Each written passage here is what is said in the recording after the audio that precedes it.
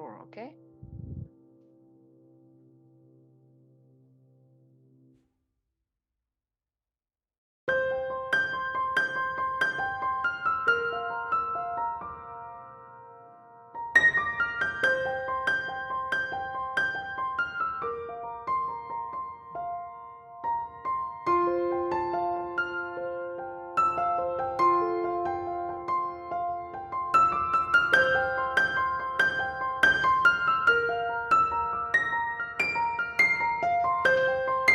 Buenas tardes, bienvenidos, Good bienvenidas. afternoon, good evening, and welcome. Last week, we had the honor of having Carmelo Pérez Beltran from the Granada University, and we had a conference on women and Morocco and the Sharia as the cultural and political framework. Today, we have the privilege of having here with us live from Doha, from Qatar, Miss Sonbol. We are deeply grateful to her, and we are really happy that we can have you here, although we would like to see you in Cordoba or in Madrid, whenever you want to visit us. And this is the one of the last conferences of this cycle regarding the Sharia. And so we have Miss Amira Sonbol with us today, and we want to thank her for the effort of being here with us today, because normally we are about to go to sleep at 6 a.m. or 7 a.m. And we know that you have a very comprehensive agenda and it's late for you there. So we want to thank you for being here with us today.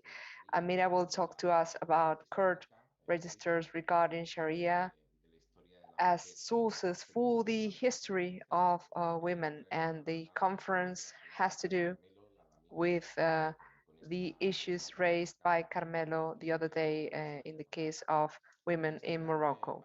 Before I give the floor to our speaker, I would like to send our greetings and thank uh, Ms. Delfina Serrano for her help and her coordination efforts. She is here with us today. She's joining from Madrid.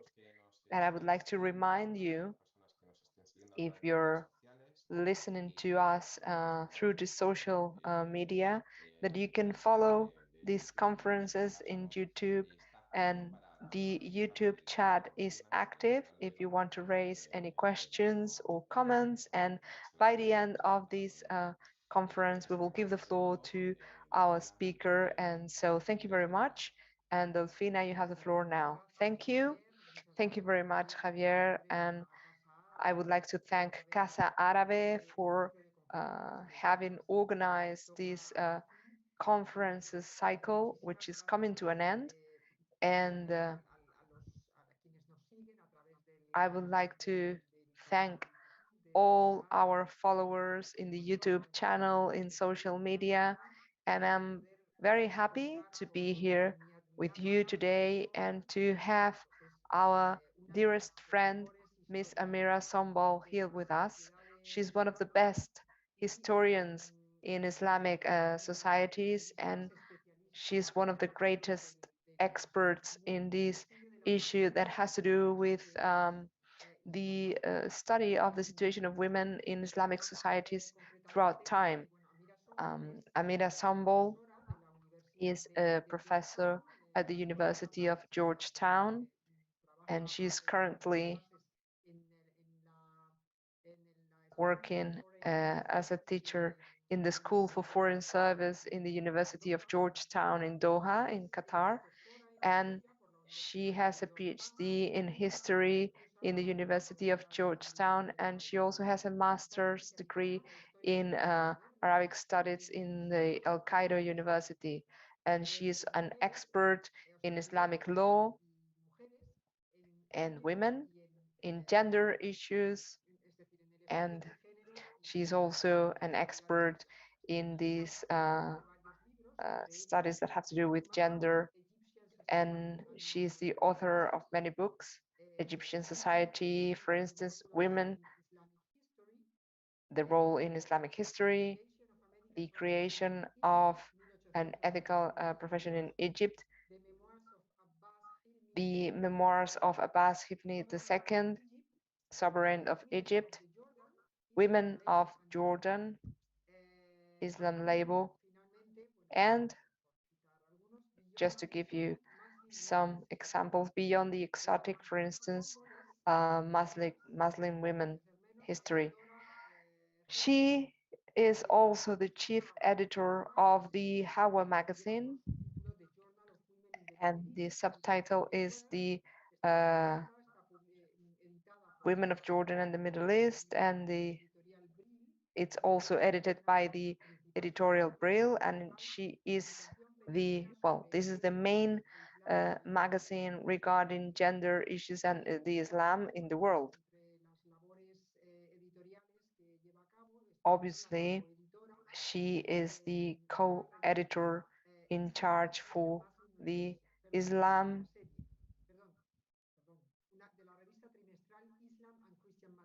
Islam and Christian Muslim relations um, in the UK, and she's also um, given lectures in the Georgetown University, and she's also teaching modern history, women, law, Islamic civilization. And without further ado, I would like to give the floor to our friend Amira Sonbol. You have the floor. Oh, thank you, Delphina. This is very kind of you, all of that. I don't really deserve half of what you said, but we'll leave it at that. Thank you very much for this invitation. I'm happy to share with you a lecture today that I'm going to give, or actually it's a paper. And I'm calling my paper Gender and Sharia, and the title is Where To. So I hope that gives an idea of what it is I am dealing with. I'm trying to make this into a contemporary debate. I would like to start my talk by addressing the question, what is Sharia? Not only as a historical subject, but most significantly because of contemporary history and the ongoing unfolding of change in the Muslim world. Hence the title of my presentation, Where to Sharia? Since the last few decades of the 20th century, the modern family has faced new and unexpected trends, causing often surprising results. For the Islamic world, the mix of modernity, traditions, and authenticity, acting as competing rhizomatic forces, is leading toward new directions and trends of significant repercussions to social patterns and legal norms. This presentation proposes a focus on the Sharia as a legal system caught in the vortex of this change, on family as a location of conflict of various political forces, and on women as the center of this conflict, and as active participants in inevitable fluctuations in the status of women. At the heart of the vortex are socioeconomic, cultural, and political pressures, paralleled by an inflexibility of traditional forces, largely unwilling to catch up with changing times, to enact changes to family law, and accept a new outlook toward gender relations, in tune with socio-political changes in response to the social and economic challenges. A number of theses are presented here with relevance to family law, gender relations, and Sharia. For one thing, gender relations are undergoing rapid changes as women's participation in ongoing political turmoil and economic production grows. The Arab Spring made evident the public role of women in political clashes and the importance of their support to ascending forces of the opposition, but also of the state depending on the events. This presentation focuses mostly on Egypt and its experience, but much of what is said here applies to other Arab countries like Tunis or Lebanon, where women were at the heart of the demonstrations that changed regimes and pushed for new constitutions. Changes in cultural dynamics beyond control of religious or Sharia norms are represented by new popular musical and artistic trends, illustrating that the moving forces defining where changes are leading today are located in society at large rather than long accepted hegemonic groups represented by government supported organizations, religious centers, and parties or preacher leaders, even though these remain, even though these remain at the center of clashes over authority, particularly authority over women and family. But in a society with ever increasing population numbers, difficulties of life increasing with inflation of prices, privatization of the public sector, and the growing differences between rich and poor, a look at Egyptian communities, tastes, language, idioms, culture, and literary representations, including arts and theater, show it is the aesthetics of the social base that is represented everywhere. This includes greater gender mixing and public interaction as a normative, lived reality of people moving to work and to do their everyday life, to large crowds participating in political demonstrations or public concerts, pop singing and dancing in huge numbers in popular areas of the country, with literally tens of thousands taking place. The language used in the songs with open sexual references and innuendos that are widely sung point to a more liberated form of gender relations. While the Victorianism continues at the heart of personal status laws introduced under European tutelage, and basic traditional religious, sexual, and marital rules continue to be the basis of social relations, much has changed, and new forms of relations have made an appearance mimicking pre-modernity sexual and gender relations, appearing in new forms that allow for expediency, which has always been an aspect of flexibility in Sharia. As for family, while the nuclear family continues to be the basic social unit recognized by personal status laws as recognized by the Constitution, the nuclear family of today is very different to the late 19th century family for which the new modern personal status laws were introduced. Then the big shift was from the wider family unit, where traditional law as instituted through Sharia courts was replaced by legal codes based on Europe's understanding of women and their place within a system of coverture, whereby women fell under the full legal authority of a husband. Accordingly, even though women continued to own their own property, as was allowed by the Sharia, other aspects of the Sharia were reinterpreted to tighten control over women and their movement or ability to get out of an unwanted marriage. The battle that women faced to retrieve the right to divorce was central to the women's demands of movement since the 19th century, finally culminated in the 2000 success of Khul'a law, by which women gained the right to divorce after arbitration and a waiting period of 3 months. The success was not complete, for women's equality was still held back by men's open ability to divorce at will. But Khul'a law has remained a thorn in the eyes of the religious authorities and other conservative elements who regard any interference with affairs of marriage to be a breach of their powers and responsibilities. In the case of Tunis, the struggle extended to the right of equal inheritance to women if the deceased person had stated that as his wish in regard to his estate. The matter of a woman's marriage to a non-Muslim was also a source of great conflict in both Tunis and Lebanon, and the very fact that such points of centrality to fuqaha and their interpretation of Sharia courts since the medieval period and are today presenting breakthrough in the law allowing women what had been unheard of tells us much about the nature of Sharia and its ability to transform and change in philosophical outlook given change context and a will to change.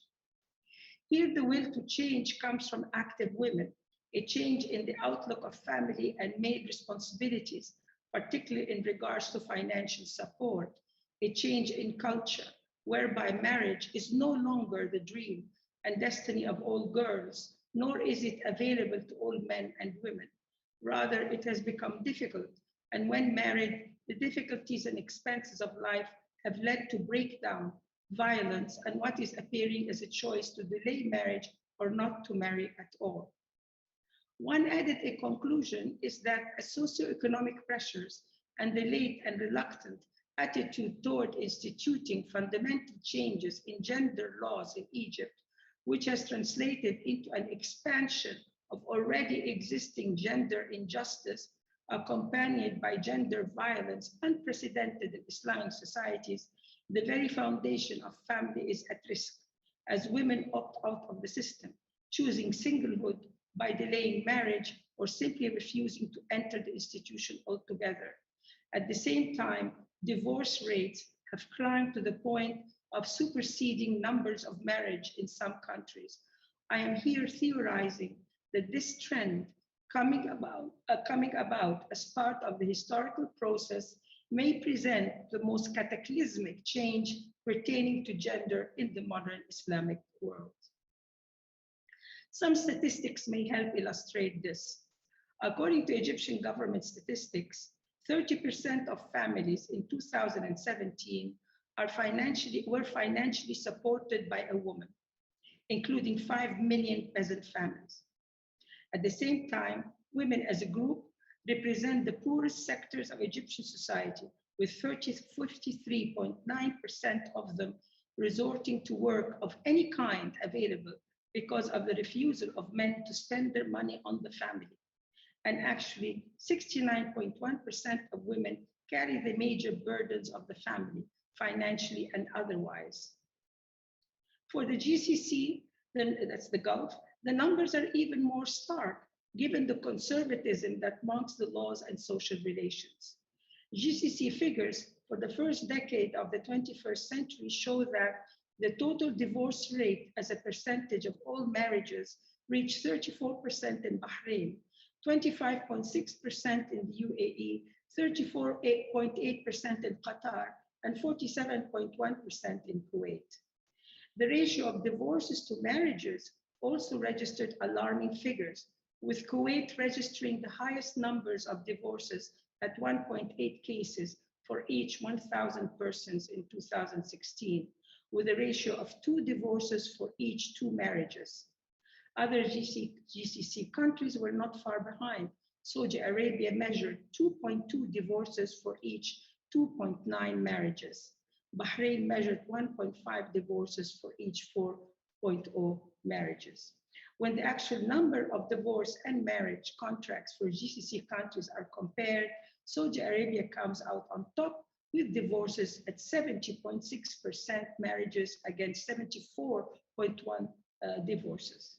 In other words, divorce rates supersede that of marriage. And the same situation stands for the other countries of the Gulf. The conclusion I'm stating here is something I'm developing for the final conclusionary chapter of a book I have been working on about women and lived realities with a focus on marriage and Islamic history. My approach to the Shari'a is one that sees Shari'a as a legal system closely allied to socio-political conditions. Rather than a static, unchanging set of laws defined by madhab or school, it is rather a system with greater similarities to common law, with an acceptance of codification traditional to countries of the Middle East, with their old traditions since Hammurabi, ancient Egyptian courts, and Roman law. One needs to look at this in a delusion way of seeing multiple non-hierarchical entry and exit points in data representation and interpretation. It was because of how history of Islamic law has been traced and interpreted with hierarchies and structures that we ended up with a classical image of Sharia. And we continue to accept it in that form today, even though the history of such a classical structure can be traced more to the modern historian than it is as a reality of the history itself.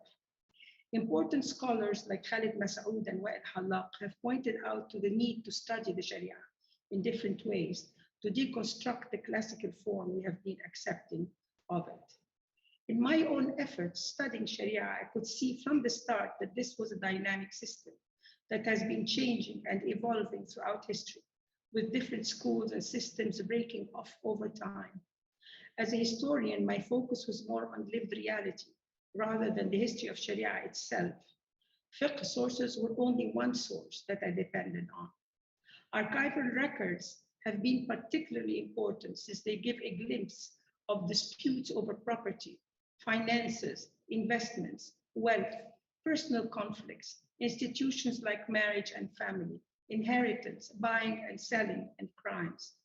It is there you can see the law in practice, the dynamics of courts, and how law is presented and decisions are arrived at. Fatawi or juridical opinions are also very valuable as a source of social history and indicators of change. When there is a new question of law that people need to address, they will ask the mufti, a theologian of a particular school who is renowned, and people pick among those they feel will do a better job to answer. The questions asked tell us about new issues that societies face and how they are dealt with.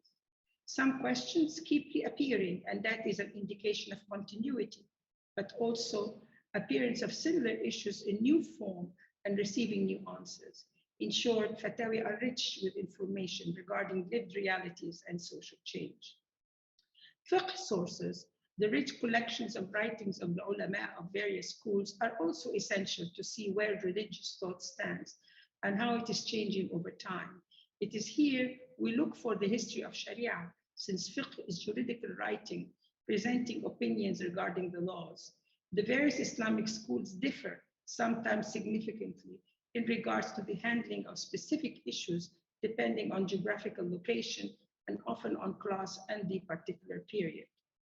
One type of fiqh collections that I'm reading closely these days can be described as books of judges, books written mostly by judges about other judges that preceded them, often going back to the earliest days of Islam. These collections can be of great use for both studying lived realities and the history of the development of law. I have been looking at them as a source for the development of the Sharia in its early formative period, to see what scholars like Colson and Schacht had been telling us. Reading stories of how judges dealt with cases during different periods was eye-opening.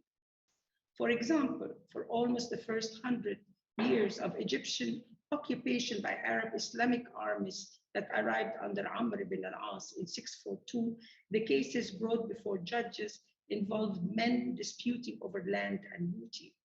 Since most of the army were men and the law was military and applied only to the soldier class, that made sense. Where women appeared, it was mostly regarding disputes over ownership of slave women or the child they may carry.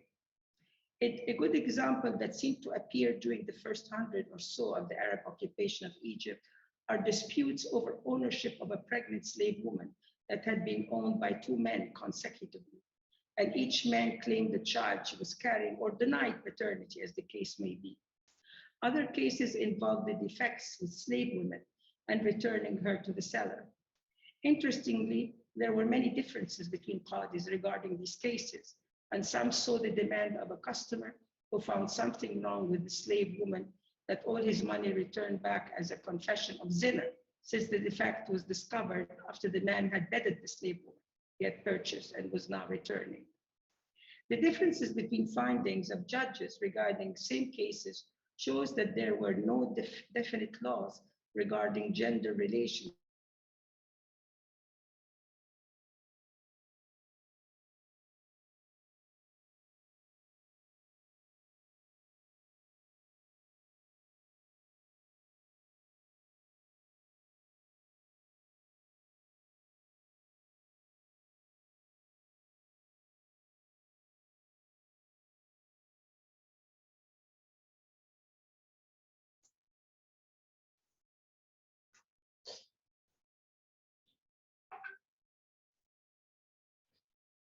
Bueno, parece que estamos teniendo algunos pequeños problemas técnicos. Disculpad.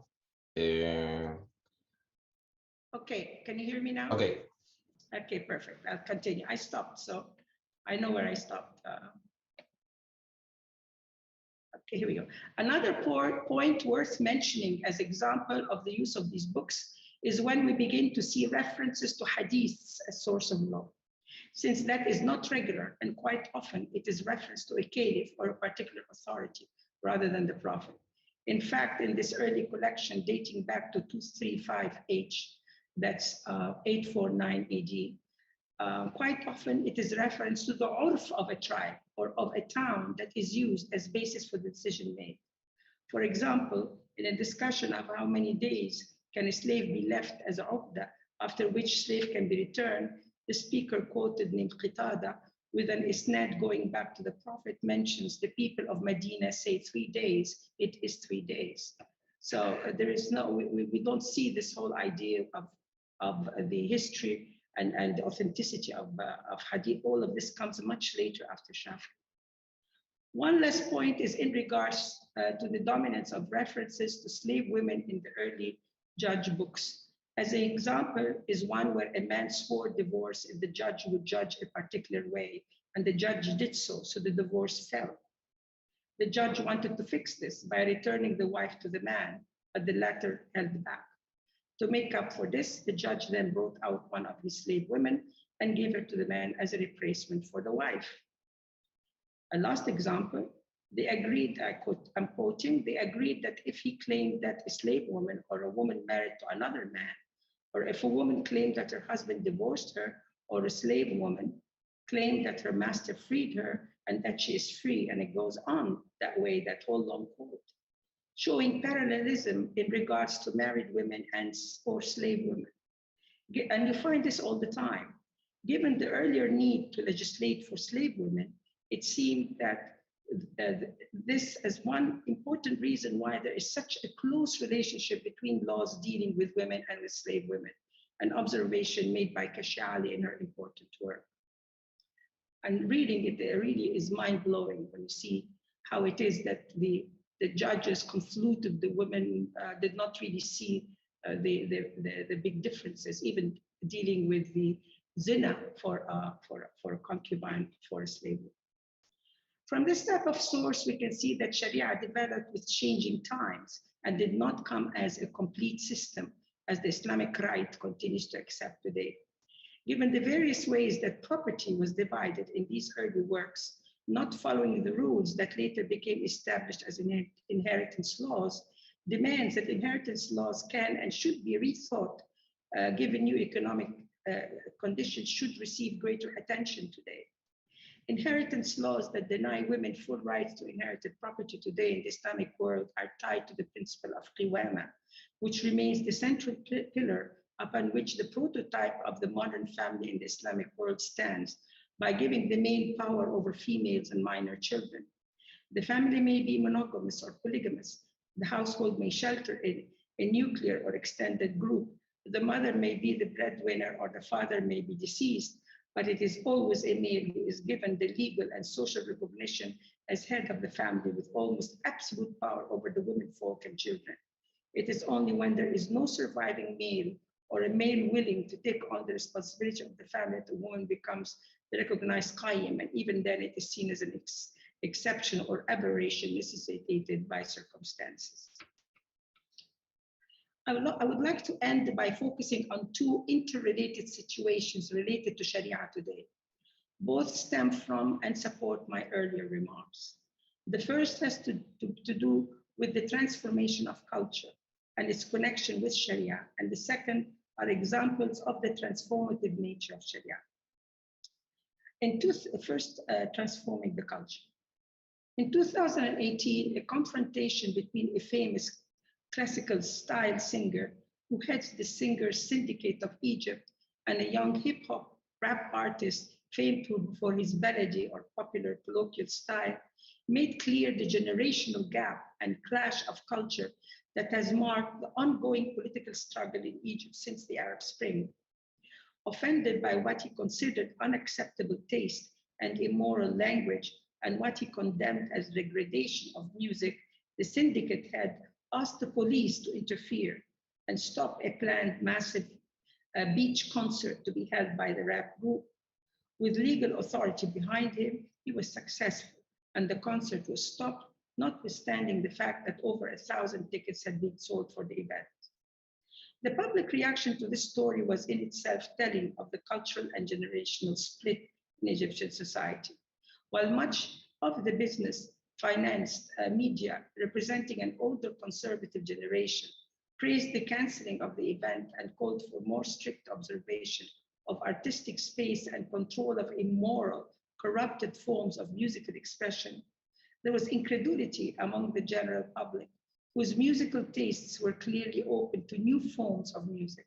And while many expressed dislike of the actual mahrajan, carnival type of music, a name by which the particular genre is known, most still saw every reason for allowing freedom of artistic expression.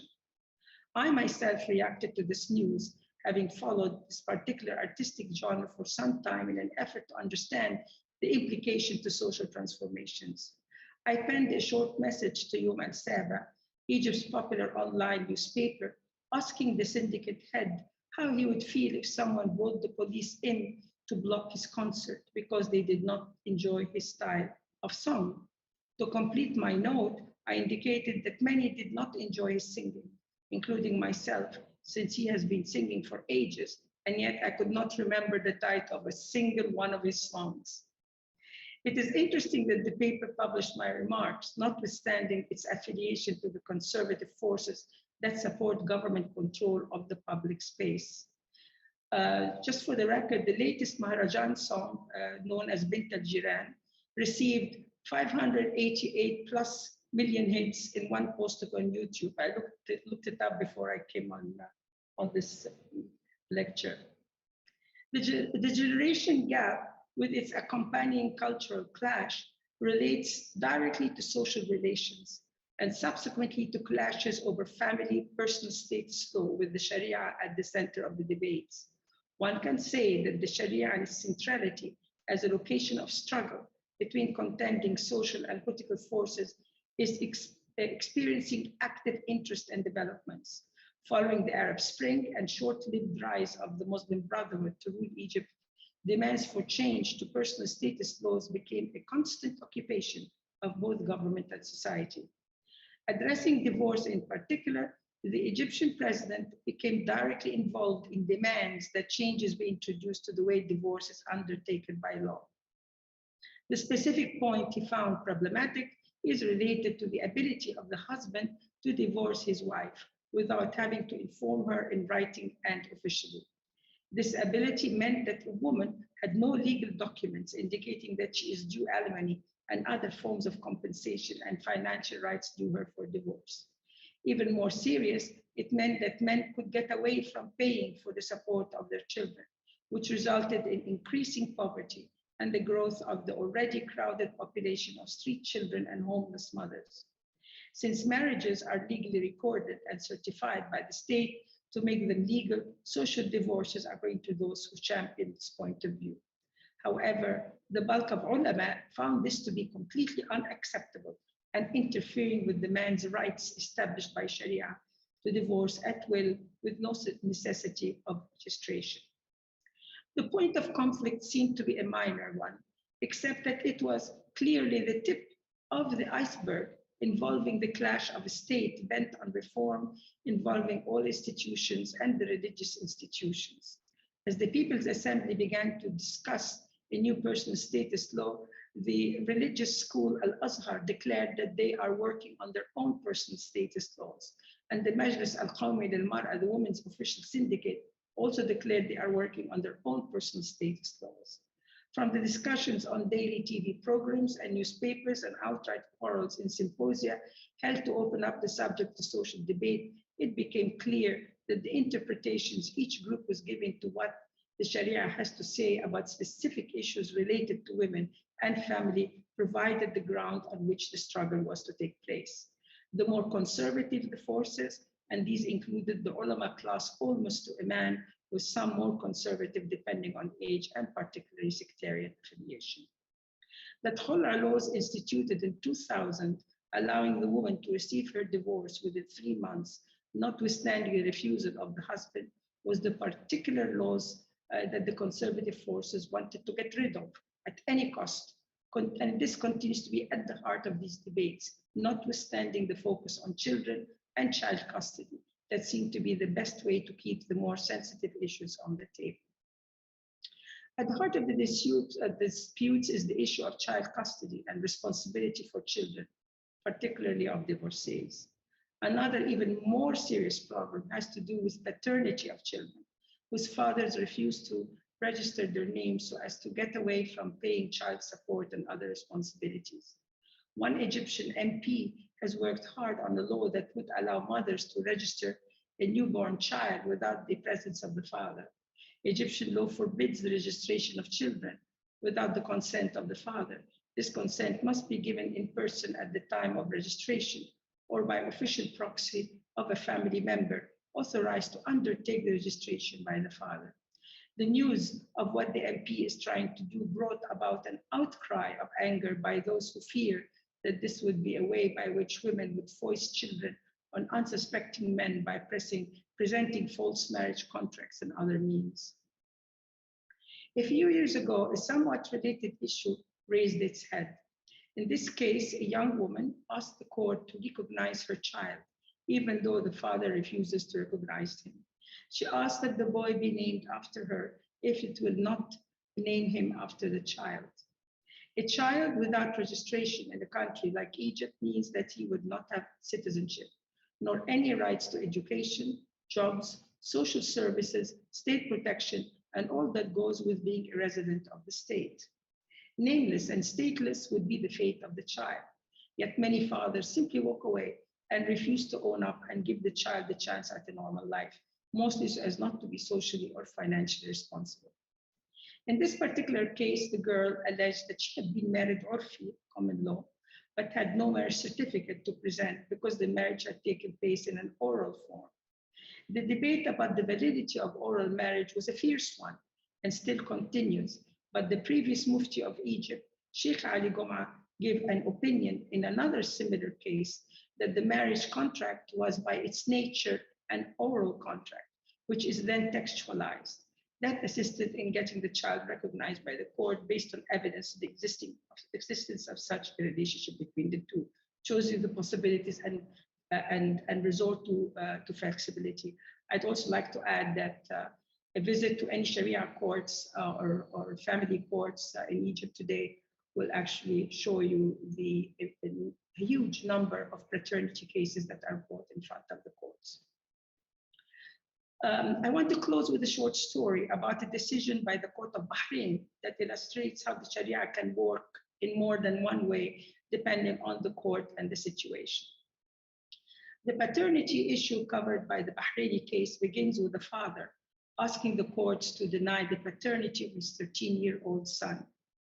In her brief, his lawyer informed the court that the man had divorced his wife, the mother of the son, and decided to take another wife. It was then that he undertook a medical examination, and to his shock, the results of the examination showed that he is infertile. On this basis, he asked the court to deny his son's paternity. The ex-wife's lawyer disputed these claims and raised questions about the man's intentions in taking a fertility exam, which was usual and not required at the time of marriage. She went on to attack the man, pointing out that his suit included a demand from the court that he stop paying child support. She pointed out that this was the real reason for bringing a denial of paternity suit against his ex-wife, and that his present infertility did not mean that he was infertile 13 years earlier when the boy was conceived. Accordingly, the court asked that DNA tests be undertaken, and both parties agreed to this. The results of the DNA test were that it was improbable that the man was the boy's father, yustab'ad. The man's lawyer then demanded that the paternity be denied based on this scientific evidence. At the following hearing, the woman's lawyer responded to the report by repeating that the case brought against her client was maliciously intended to stop payment of child support. This was particularly because it is known that the medical examination undertaken before was to get out of paying child support. She went on to point out that the plaintiff was born in 1984 and not being fertile in 2000 did not mean that he was not fertile at the time the boy was conceived.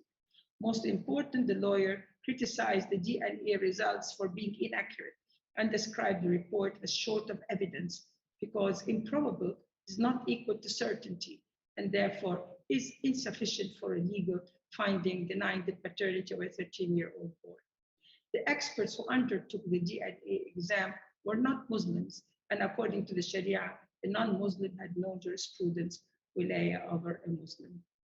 After the man's lawyer concluded her presentation, drawing attention to the corroborative testimony of both the DNA findings of the government's own criminal labs and of the doctor specialist, the judges withdrew to deliberate. The decision was a surprise, given the evidence supporting the case, the man's infertility and DNA evidence that showed that it was a remote possibility that the man could be the boy's father. Simply put, the court agreed with the mother's lawyer on almost all points. The judgment pointed to the woman's absolute denial of the man's claims, and so those claims as instigated by his wish to get out of paying child support. Furthermore, the wife did not object to DNA testing when the plaintiff asked for it and was quite disturbed and shocked at the result, while the man considered it as support for his claim. As for the result, the court found that they did not rise to the level of proof for denial of the paternity because the word yustabad included in the report is not conclusive and is inclusive with what is probable, while the acceptable legal principle is that what is considered probable is not of evidentiary validity. In short, to be able to understand Sharia or study Sharia and its history, you have to have a multiplicity of sources. It is impossible to be dependent on only studying fiqh or one particular source.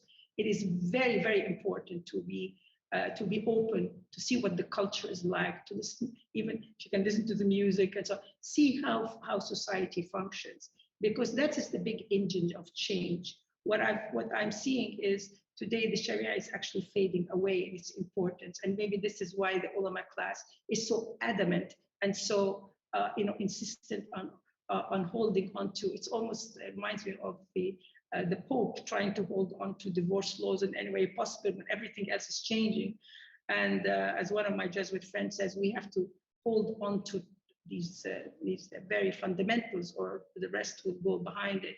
And so I personally see this, that society itself is passing by, that the inability to be flexible and leaving the flexibility only when there's problems for expediency, when a forward-looking mufti like Sheikh Ali Gum'a comes up and actually finds a way out, as one might say, because the Egyptian constitution actually gives full citizenship and equal citizenship to women and men. And so it's a very important question to ask, why should the child be named after the father and not after the mother?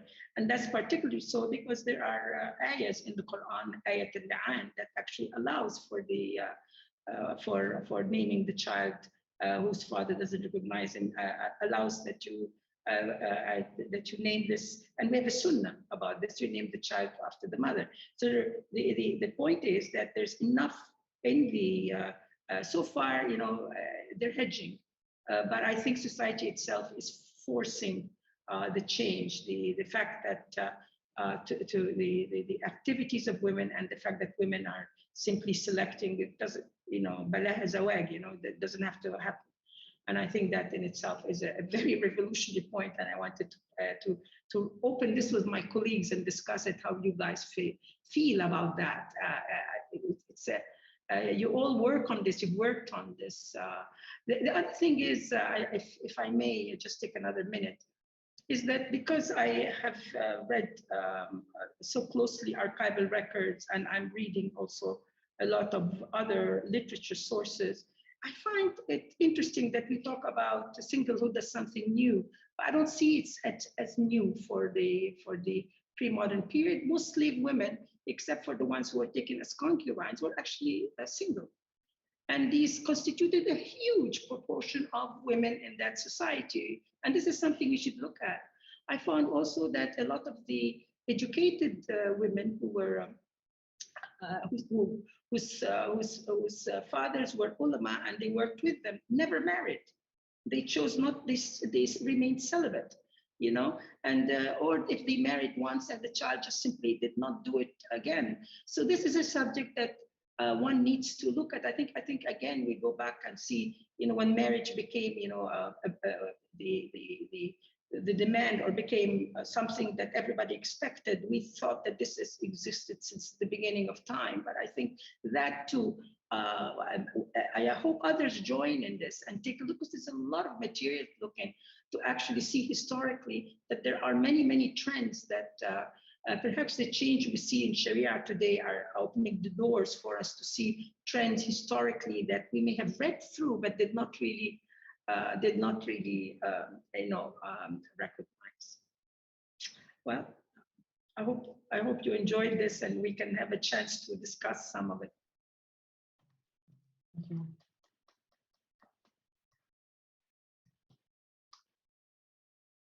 Thank you. Gracias. Javier, quizá quieres. Thank you very much. Thank you, Javier. I don't know if you want to. Yes. Thank you.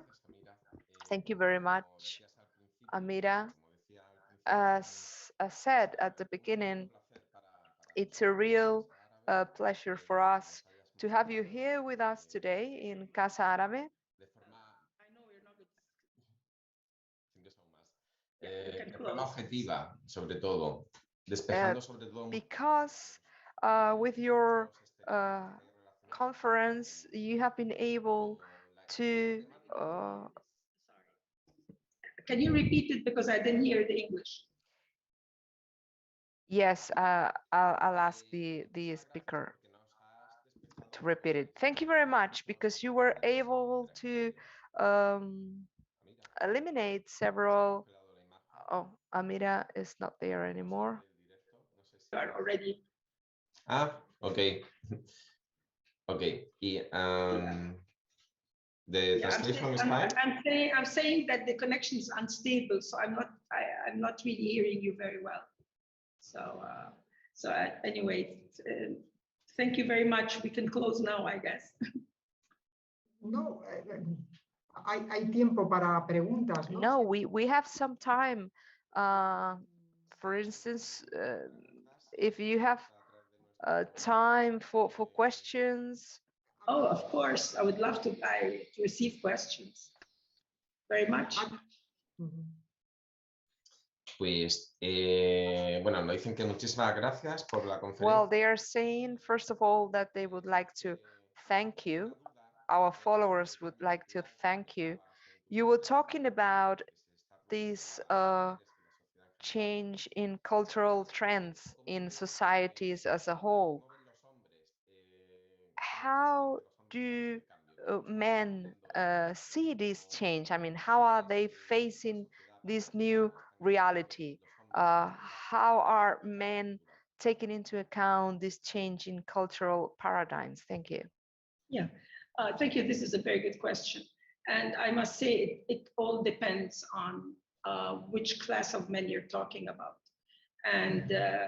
And I would suggest that for a lot of the young men, the trend is equal to the trend of the women. They too are not exactly looking for marriage.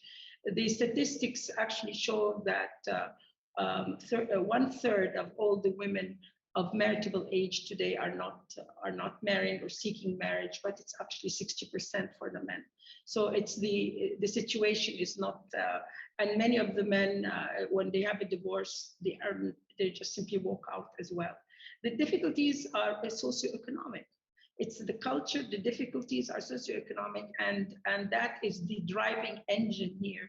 It is also changing the culture. The people want more expectations, a better life. They're delaying marriage. They don't want to, and many who marry and find that the marriage is hard just don't want to do it over again. It doesn't mean people are not getting married. They are getting married, especially families now are trying to marry their children very young so that they would control them.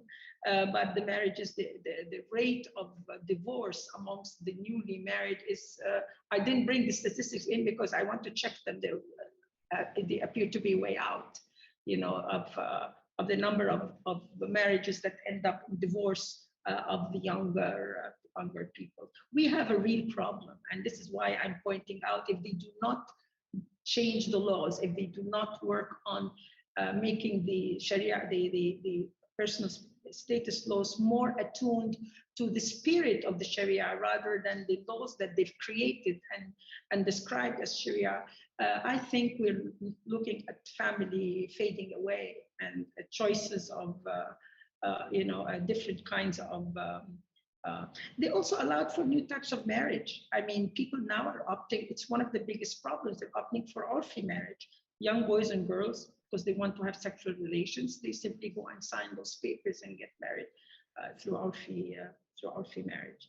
As for people with money, no, they want to have the wedding, they want to have, the celebrations and all the rest of it. So it depends. Again, I think I'm calling attention to this. I think we need to look at this closer and begin to see this and to see what happened, and why a lot of the women in particular are choosing not to, Once upon a time, we have a proverb in Egypt that the man is as good as his pocket. The pocket now is not there anymore. It's the woman who's spending. So a lot of women are actually supporting their husbands, and not because the husband doesn't have work or doesn't have money. It's because he's not spending the money on the house. No sé si hay más preguntas. Bueno, a través de redes I sociales. don't know if we have more questions. No, we don't. Maybe we can close. Well, if you allow me, I would like to make some comments because I would like to thank Amira once again for this wonderful conference, and because you were able to provide us with very specific data, and that is very interesting. Uh, this data regarding the number of divorces is very interesting, and with that, we can have a snapshot of the situation. And sometimes we have a very different idea of the situation of women in Islamic countries, and the image that we have regarding Sharia is also very different to your reality. And in your conference, you were talking about the changes in society, very important changes affecting women. We see that these changes are taking place in countries such as Egypt, although um, in this cycle we had a conference regarding the situation of women and the role of Sharia when it came to women's rights in a country such as Morocco. And the case of Morocco, it's also very important because it is considered to be an advanced country when it comes to women's rights. Uh, but in the case of Egypt, although we don't want to compare or establish a comparison, but in the case of Egypt, we see that this is a very important country when it comes to Muslim countries because of its history.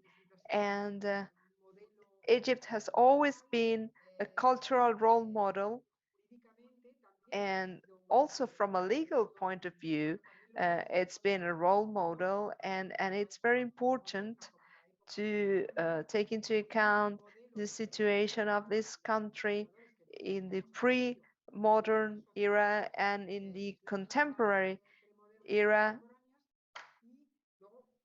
And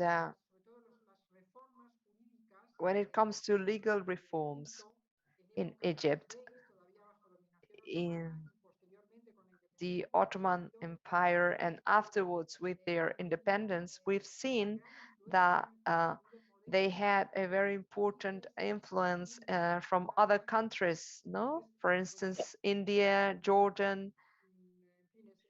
Um, So it's difficult to summarize your conference because you've touched upon very important issues. I think one of the main ideas that you were able to convey during your conference has to do with the fact that currently there is a very important separation between Sharia and society, especially women, young Yes. people, Absolutely. and especially if we take into account this anecdote regarding the rap singer, and this is something that is unprecedented because the Sharia has survived up until now because it was able to adapt to socio-economic changes in society. But I think this is not the case anymore. Um, Especially if we take into account colonization and then independence processes in different countries, and with the idea of modernizing societies and the role of women, maybe there was uh, more oppression, more Uh, control. maybe this is too early to talk about this, but basically, what I have seen as a historian is that it's really in the 19th century, and I've written about this when it came to change in law in the 19th century. From my reading of court records, it becomes very, very clear that the umbrella of religion was actually extended in the 19th century, but did not exist before. And I think this is Okay. what I'm trying to say. You have to look at it in a delusion way to see a rhizomatic effect coming back and going forth. Difference and similarities happen. You have to look for the difference to see here. But it is important to point this out that a good example is the Azhar, which has become now so powerful. If you go back to studying the schools before the 19th century, you're going to find that in Egypt there were about, I think Cairo alone had, maybe I'm wrong, but about 17 different religious centers and schools. The most important theologian or a writer, Imam al-Suyuti, did not even come from the Asaris, from the Shia, a different school altogether. So what we see is this a unification in the 19th century of the religious authority together with the coming of a strong state, and that is with the coming of first Muhammad Ali Pasha and his beginning to create particular courts, economic courts. But by the end of the century, there is a definite choice. For the first time, the Azhar has a sheikh who is Hanafi.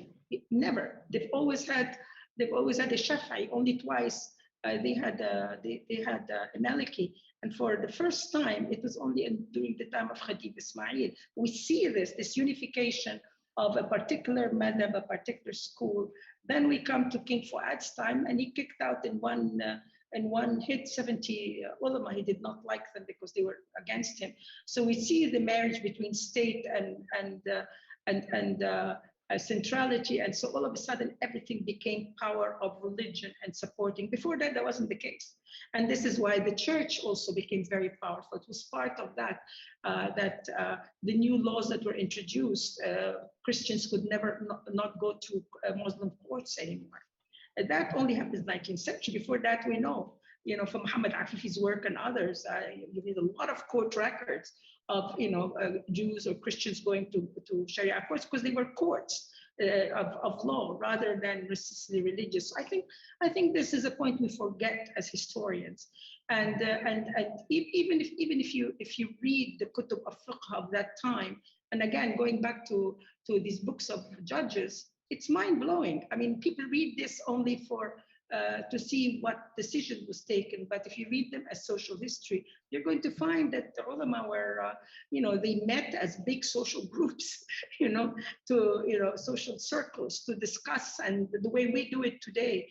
A lot of the material we have for the medieval period is religious, and this is why we think that this society was completely focused on religion, when in fact the religious class themselves were also quite bourgeois, if you know what I mean. They were conscious of class, they were conscious of connections, they invested their money in property. They tried to read Nelly Hanna's book, Making the Big Money. I think about Shaban Dr. Jars and his relationships with the different ulama, and you'll see what I mean. So I think our study of society of the medieval period has been a little bit lacking. Not that there's not good work, there's very good work, but it needs, from a gender perspective, it needs to be restudied. As for Morocco, the Moroccan case is very interesting because they're very successful, but this is a case where it is driven from on top. It's driven by the king, by the monarchy. It is pushed from on top. However, they have the very same. I think you should read up about the divorce rates, and then you're going to find that it's no different than the rest of the Arab world. If you take a look, the Moroccan ladies need to also look. We're going to find that the real engine of change that is causing is because, and it's a good thing we have a king that is doing it, but you're going to see that it is no different than what you have elsewhere. Gracias. Sí, y esta expansión And this expansion of religion or the religious hold from the 19th century onwards, it's quite paradoxical, and it's in contrast with the image of what we could call the secularization of the law in Islamic societies, in other regions with an Islamic majority. Actually, what was it was an expansion of the control held by the state on the religious sphere. So it's the control of the state on religion. So these are the consequences, and with the undesirable effects of all bodies or institutions controlled by the state that can impose an interpretation of religion or a religious model that is not shared very often by many different areas, sectors of society, such as women, for instance. I don't know whether you agree with this, but at any rate, I think that you've made a number of very important points. You mentioned this point and case of children that were born from informal marriages, as when you mentioned the Urfi marriages. And for those who are not familiar with this terminology, these are marriages that are what we could call informal marriages, or de facto marriages that have been socially recognized but don't have a legal uh, validity or are not registered in an official certificate. Well, The problem with that is that marriage in Islam is by ishar, by declaration. And so it's really the modern state that required the registration of marriage. And so basically, how can you say they're not married when it's a declaration? At any rate, this is like a hila that the Mufti used, and he used it for another case. It's not the case I was talking about, of two movie stars, and it's a very, very famous case. You can read about it because they're very famous movie stars. And the movie star refused to take a DNA. The woman had twins, and it became a cause célèbre and very, very, very famous. And in fact, the kids were declared his, and she actually went to court for a divorce from him, to divorce from him, when she didn't have a single piece of paper. And he was told, he said, we have pictures of you everywhere together. So what is it? Was it zina or was it marriage? So because the zina means you get 6 years in prison, so or something like that. So so the thing is that they have ways and they use the ways. But that also tells us that society itself is bypassing that. Because the ways themselves do not should not be needed because life has changed. Situation has changed. I honestly don't know where it's going, Delphine, and that's why my title was "Where to." After having spent years and years and years reading, court records, I can see what's happening. I can see that we're going back to where we were because in courts before there was a lot of leniency. I mean, I remember a court case, and this was actually from Upper Egypt, where the man went to complain that his wife went out, and he went looking for her, found her 2 years later married to another man. And so he came to court saying, I want my wife back. So they went, sent for her and brought her and she said, what is this? She said, well, no, this man had said, if I treat you badly, then you can walk out on me. So I walked out and he treated me badly. I walked out on him. And yeah, I found another man. Now I'm with another husband. He's good to me. And it's very interesting. The judge told the first husband not to bother her. So I mean, where did that happen? Where did that go? These are the questions I ask. Why is it that today it should be considered a zania, should be in prison for God only knows how long, and all the rest of it? Why? Because this man maltreated her, but she couldn't get a divorce from him. However, yeah, before that, you say this is, but that's how life was. We had a system that was applied. You could not do something like this today. So reading court records also, you find that the life that the people had is not as medieval as we imagine it. Marriage and intermarrying, over and over was normative. It was not. It was not something today. You marry once, you become a divorcee, and it's very Victorian in its approach. So, but today that's not happening, or that's changing too.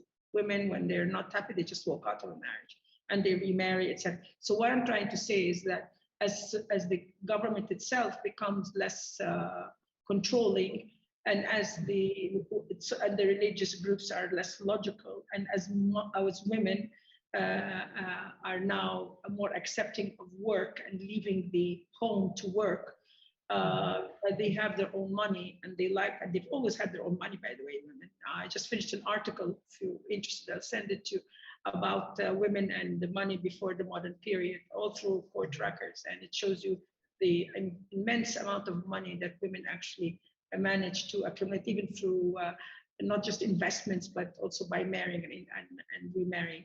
So, we see these trends, beginning to happen again by virtue of, again, the power of the situation, the history at play, if you want to put it.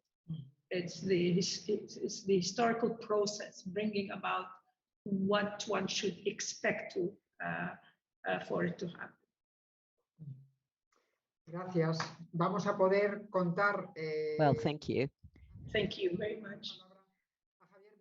Great. And before I give the floor to Javier, let me tell you that this lecture by Professor Sonbol will be published not only not only posted in YouTube, but it will be also published in the Awak magazine, translated into Spanish very shortly. So thank you very much. It's been a very, very rich lecture. Very much. Unfortunately, I cannot react to every single thing I would like to, but I'm really anxious to be able to read your text, more thoughtfully.